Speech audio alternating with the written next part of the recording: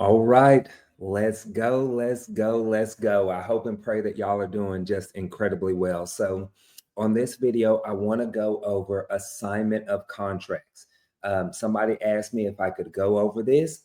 Absolutely, I can. Listen, this channel is to help you close more deals. So, if there's anything specifically that you want to see or that you have questions about, I do not mind making a video on this, especially if it's going to add value to you. So never hesitate to leave a comment.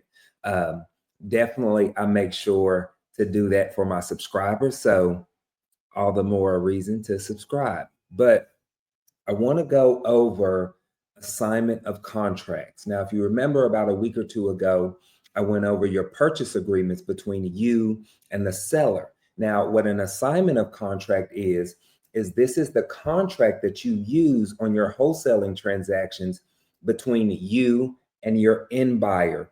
This is the other part of it, right? When it comes to wholesaling. And so I want to share with you an example.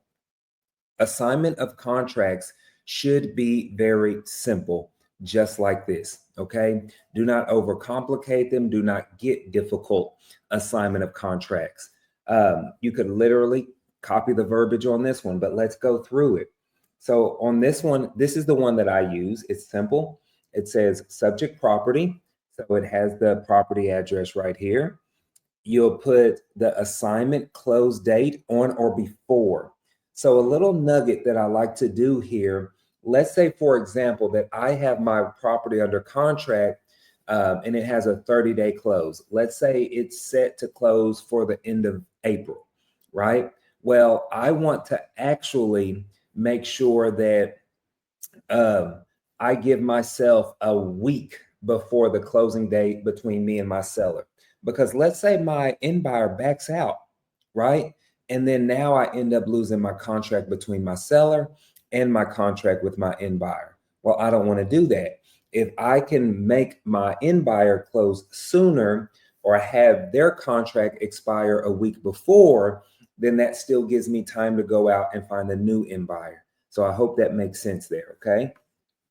So try to make your closing date before the closing date on your contract between you and yourself. I think I said that right. And this is an assignment between you, your name, you are the assignor, and your end buyer's name, the assignee, okay? This is basically saying me, the assignor, I'm assigning this property or this contract over to this seller. About what property, right? So this is where we fill in the additional information, okay? I'm assigning my contract between me and my seller, okay? So they know that that's crystal clear. You know what you're assigning, all right? And so on this contract, we make sure that we put the purchase agreement or our agreed upon price.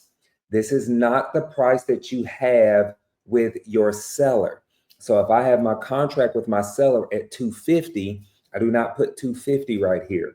I'll put 270 or whatever me and the end buyer agreed upon, okay? And this is very, very crucial. I make sure that they put a $5,000 non-refundable deposit, okay? Just that simple. I went over all of the reasons or benefits on why you need to get a deposit from your end buyer. So I'm not going to beat a dead horse here, but just make sure that you do it. And then, of course, you sign it, they sign it, date it. Just that simple. Assignment of contracts do not have to be lengthy. They do not have to be tedious or confusing for that matter. You could actually run an assignment of contract through some of those AI platforms like ChatGPT or Perplexity, some of those AI platforms. Let me see if I can do that. I'm not logged in, so let me see. Bear with me one second. I actually want to see if I can pull this up for y'all because I think it will be a value add.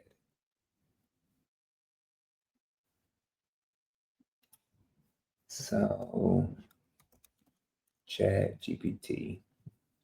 I know this isn't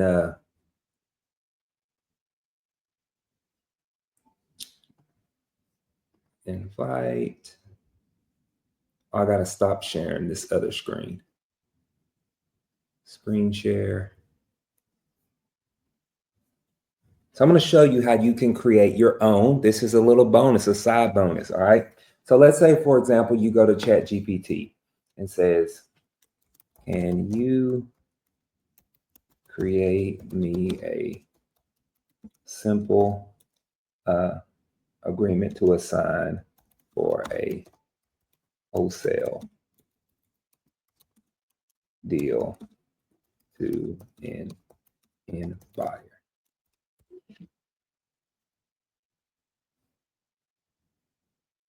Absolutely.